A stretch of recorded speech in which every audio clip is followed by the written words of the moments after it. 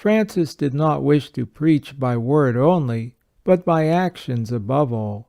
And all are to preach by their example, he had already told the brothers in his rule, and was the first to follow this order.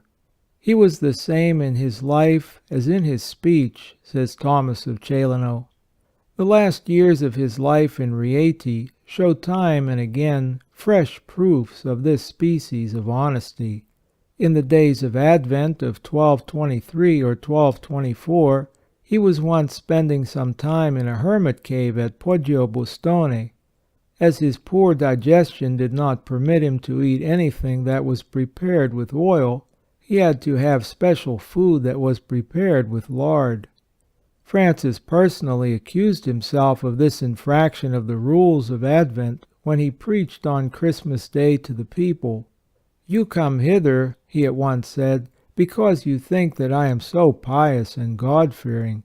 Therefore you must know that I in this fast have eaten food that was prepared with lard."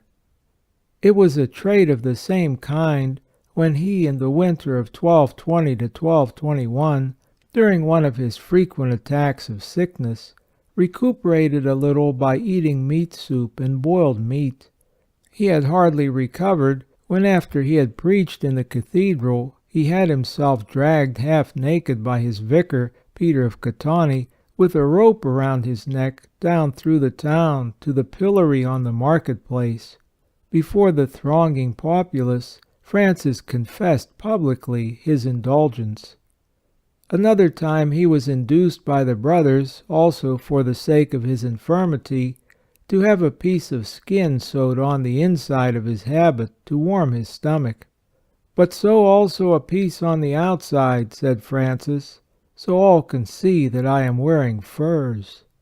"I do not want to be different in secret," he was wont to say, "from what I am in public." If he had been invited into any place and had eaten anything special, he told of it immediately to the brothers when he returned. If as he went through the streets of Assisi he gave an alms and felt a certain selfish pleasure at having done something good, he confessed it at once to the brother who accompanied him. In the image which he drew of the ideal general of the order, he accordingly required that this one should not eat good food in retirement, but must always let the brothers see what came to his table. Above all was he devoted to poverty. "It is blessed to give alms," he declared, "but it is blessed also to receive them. Bread that was begged was angels' bread. The brother who came home from begging should therefore come with song." Francis had constantly in his mouth the Psalms and texts of the Gospels which praise poverty. When a brother once in a hermitage had said to him, "I come from thy cell," Francis would not stay in it any longer. A house of hewed planks was too much for him. A hut of cane and mud was enough for him. But he liked best to live in caves like the foxes of the Gospel. Matthew chapter 8, verse 20. The stone house the citizens of Assisi had built down by Portiuncula he started to tear down, and had already got a part of the roof torn off when the Podesta sent down a protest to the effect that Francis thus was destroying the property of the community. To provide today for the needs of tomorrow was something that might do for the well-to-do. Therefore he commanded the brothers not to put green vegetables in water in the evening to keep for the next day, just as they were not to collect more in alms than they could eat on the same day. To make his habit really poor in appearance, he liked to have common rags sewed upon it here and there. If he wanted a new one, he would wait until he could beg one. The brother who objected to going after alms was in danger of being called Brother Drone, because he wanted to eat the honey in the combs, but did not want to fly out and gather it. With all this striving after poverty, Francis could never find that he and the brothers were poor enough. "We ought to be ashamed of ourselves," said he when he encountered a real ragged beggar. We want to be called poor, and to be celebrated all over the world for our poverty, and here we see one who is much poorer than we, but does not boast of it. Such a beggar was sacred in the eyes of Francis, and he would not allow any brother to speak ill of such, or to insult their poverty. Francis, the voluntary pauper, willingly gave all he had to this, the real pauper, his hood, a piece of his habit, even his breeches. They properly belonged to them, he declared, and I would have to look upon myself as a thief if I kept their possessions from them. Let us give back to our brother poor man what we have borrowed from him, was one of his regular expressions on such an occasion. When anything was given to him, he always held himself ready to give it up to someone more in need of it. The brothers thus often had their work cut out for them in keeping the clothes on their master's back, especially because he would not wear new clothes, but always insisted on having those which had already been worn. Sometimes one brother would give half of his habit to Francis, and another the other half. Now and then the brothers tried to get back his clothes from those to whom he had given them, but Francis discovered this, and thereupon warned the beggar possessing them not to give them up without ample return in the shape of money. At Celle, the brothers had to buy back Francis's hood from an old woman. He often had a special object in his alms. Thus, when in Colle near Perugia, met a man he had formerly known, and who now was reduced to poverty. In their conversation, the poor man complained especially at having been unjustly treated by his master, towards whom he accordingly bore a bitter feeling. "I will give thee willingly my hood, if thou wilt forgive thy master his injustice," said Francis. And the other's heart was moved. He forgot his hatred, and was filled with the sweetness of God's Spirit. In Rieti, Francis once discovered a poor woman who, like himself, had poor eyes. He helped her not only with clothes, but also with a dozen loaves of bread. Another poor woman, who had 2 sons among the brothers, came to Portiuncula and complained of her need. Francis gave her the New Testament, which was used in the divine service, so that she could sell it. "I believe," said he, "that the Lord will be better pleased that we thus help our mother than if we keep the book and let her go away without help." But the title, "Our Mother," he designated every woman who had given the order a son. It was in Portiuncula that the altar was menaced with the loss of its ornaments. To get food for the many brothers who now were joining the order, Peter of Catani proposed that the novices should no longer, as hitherto, give their property to the poor, but that a part should be made over to the order. "By no means," answered Francis. "That is forbidden in our rule." "What shall I do then?" asked the uncertain vicar. "Take the ornaments of the altar and sell them. It is better to have a bare altar and keep to the gospel, than to have an ornamented one and depart therefrom." Thus did Francis try to keep his path clear, and to follow the gospel in reality, and not only in appearance. Nothing, therefore, could displease him more than when he thought the brothers used the alms laboriously begged in the name of God in a way unbecoming to poor people.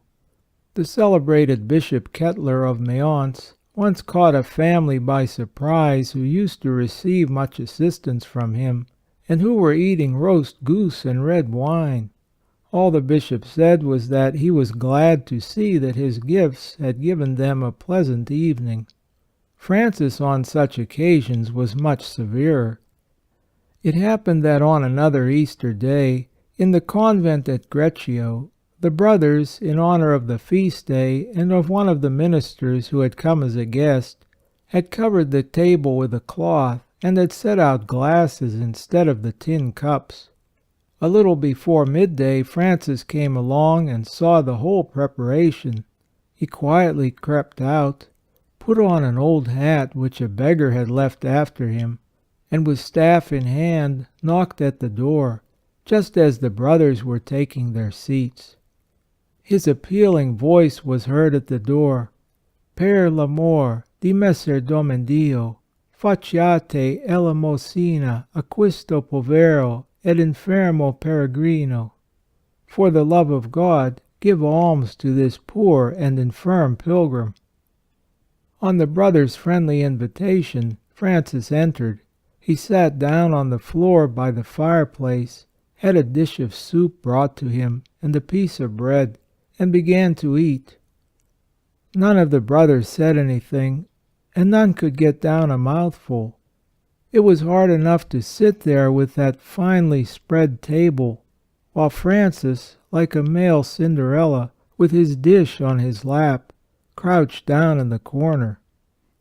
Soon Francis laid down his spoon and said to himself, "Now I am sitting as a friar minor ought to sit."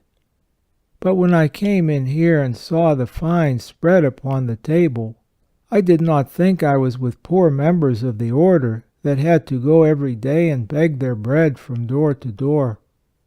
The brothers could stand it now no longer. Some of them began to weep. Others rose and went to Francis as he sat there. On another occasion there was a similar scene. It was Christmas time. Francis sat at the table with his brothers. One of them spoke of how poor the child Jesus had been, and of how sad it must have been for Mary to have her child put in the stable, without a bed except the manger, with only hay and straw for pillow and mattress, with no warmth in the cold winter night other than the breathing of ox and ass upon the tender child. Francis sat in silence and listened until he suddenly burst out into lamentation, took his bread and sat down upon the cold floor of earth so as to eat there, where it was no better than it had been with Jesus and Mary. So unaccustomed did Francis become to any kind of comfort that at last he felt it an annoyance rather than a satisfaction. Thus the brothers in Greccio, after he had been burnt with a hot iron on the temples as a treatment for his eye sickness, induced him to use a pillow to rest his head on at night. The morning after, Francis appeared and said, "Brothers, I have not been able to sleep for your pillow. Everything swam around me, and the legs tremble under me. I believe there is a devil in the pillow." He then ordered a brother to take the pillow outside and throw it carefully behind him without looking after it. This was not the first time Francis believed himself to be attacked by the powers of darkness. On an evening when he lingered in lonesome prayer in an empty church or in a cave, it would often seem to him as if someone was behind him, as if hurried, soft steps were stealing and moving around him, as if a horrid head looked over his shoulder and wanted to read with him out of his prayer book. Then he would hear voices in the storms whistling through the mountain forests. The demons would laugh at him, while the owl screeched outside his cell.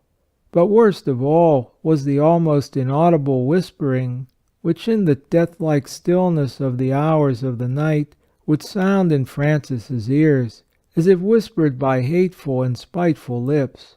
"It is all in vain, Francis. Thou canst implore and pray all thou wishest, yet dost thou belong to me." Then would Francis fight for his eternal life, and the brothers who came in the morning to look after him found him pale and exhausted, wearied by the fight with the devouring powers of darkness. "I feel I am the greatest sinner that ever has existed," he once said after such a night to Brother Pacificus. But the king of verse, Pacificus, also saw in a dream the kingdom of heaven opened, and the throne whence Lucifer had been cast down, standing ready for Francis on account of his deep humility. End of Book 4, Chapter 2.